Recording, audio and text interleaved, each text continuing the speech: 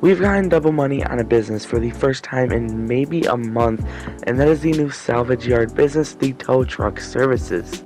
The tow truck services will be giving us a nice double money boost, so today I'll be showing you guys an in-depth guide to the tow truck business, how it works, how much money I made, and how to maximize your profits during this double money event week.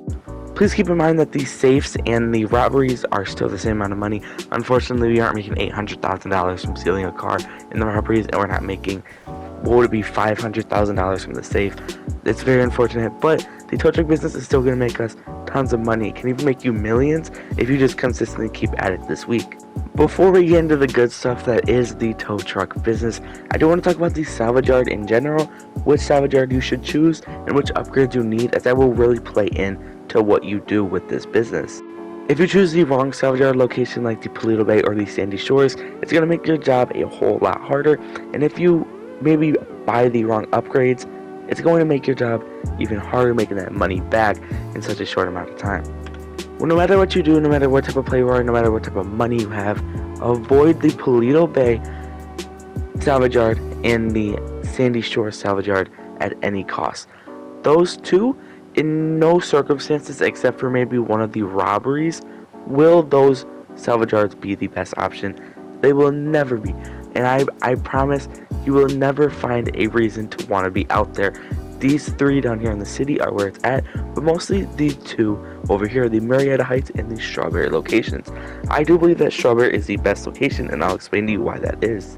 Strawberry has the perfect centralized location to where you can easily make it to the bottom of the map, the airport, the shipping area, those little Palomino Hills area, and you can go to the right through the highway, you can go to the left through the highway, you can immediately just get out of your little alleyway for the Strawberry location and go straight onto the main roads. You can just go straight where you want to do. If you're an oppressor, it won't really matter as much, but still, it is a nice, very centralized location to where everything is kind of in one place for you. Once you picked out your salvage yard location, whether it be the Strawberry, the Marietta Heights, or whatever, it's time to start with the upgrades. Tint is personally for you. It's just to customize your salvage yard, make it look all neat, make it look all spiffy for you and only for you. The next part is going to be trade rates. Trade rates are basically where you get a discount on Moore's Mutual claims and repairing vehicles with LS Customs. I personally got this when I first got my salvage yard because I was like, oh, this is cool. But realistically, it's going to take you like 100 oppressors being blown up to even make this thing worth it. If you're late game and you have a lot of money, go ahead and spend some of the money. But realistically, you do not need to buy this, especially if you're a low level. Tow trucks, from what I've seen, from what I've heard, and from testing everything, the tow trucks don't really matter. The normal tow truck and the tow truck beater are really just a cosmetic choice for you and you only. I personally, again, got the normal tow truck just because I was like, okay, let me spend the extra money, but that does not matter. They both are the same. Wall safe. The wall safe is going to give you an extra $150,000 that you can store in your safe. This does not mean that you will make an extra $150,000. This just means that you'll be able to store extra money at one time. So the $750,000 for the wall safe is kind of pushing it, and if you don't want to spend that money, you simply don't have to. As long as you just go to your salvage yard, let's say every day, every few days, and you just collect your salvage yard passive income, you'll have no need for the wall safe realistically, as you won't let it go past $100,000. Staff, you 100% need the staff. This is not a if answer, but this is you need the staff. You are going to make very little amounts of money if you do not get the staff. The staff is possibly the most important purchase that you can make, except for obviously the tow truck. Now it's time to get into the actual business and how to make some cash with this business.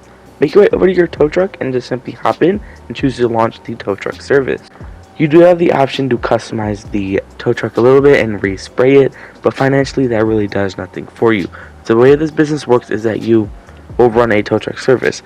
Every 48 minutes in real life, you can either run one tow truck mission without staff upgrade, or if you have the staff upgrade, you can run 2 in 48 minutes. You'll start to understand very quickly why the staff upgrade is so important. Now, every 48 minutes with the staff upgrade, you can steal 2 vehicles at a time instead of just 1 vehicle and having to wait that cooldown to steal another, doubling your time and efficiency for this business. Now, the missions themselves are insanely easy, just requiring you to drive to a location and steal a vehicle. If you get a vehicle location like you just saw in the video and it's outside of Los Santos, I do recommend just finding a new session You're able to quickly start a new mission up, losing you no money and saving you the time and hassle of driving out to get that vehicle. Once you steal a vehicle and bring it back to the salvage yard, there is a 48-minute time limit where the vehicle is being salvaged for parts if you have the staff upgrade. Now, if you don't have the staff upgrade, it'll take approximately 96 minutes just to salvage one vehicle. On average, without double money, you'll be making around $30,000 to $40,000 for a single vehicle, or $60,000 to $80,000 for both vehicles combined. That's about $70,000 every 48 minutes. Another big component of the tow truck service, which is not on double money this week but will make you a ton of money, is actually the safe, which we just talked about a minute ago. The wall safe is very similar to the nightclub safe, where the more resupplying you do, the more money you will make. Now, GTA Man broke this down perfectly in terms of the nightclub, and I'll kind of summarize that up a little bit. Every tow truck job that you do, you'll get approximately 25 popularity levels, meaning that if you do 4 tow truck jobs, you'll get the maximum of 100 popularity levels, meaning that every single tow truck mission that you do will add 25% until you get to the 100% and make the most money out of the salvage yard. Now, that may sound like a lot, but it basically just means that the max safe payout will be $24,000 per those 48 minutes, and every single time that you do a new mission where you steal a vehicle, it's going to add 25% of the money that you'll be making. Every 48 minutes in real life, you'll lose 5 of these popularity levels. Every 10 popularity levels that you lose, you get less money every 48 minutes.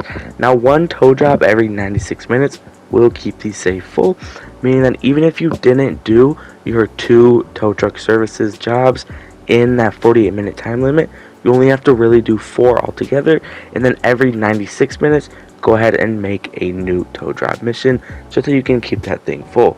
Now, the regular safe will hold up to $250,000 if you actually own the upgrade, or just a simple $100,000 depending on if you bought the upgrade or not.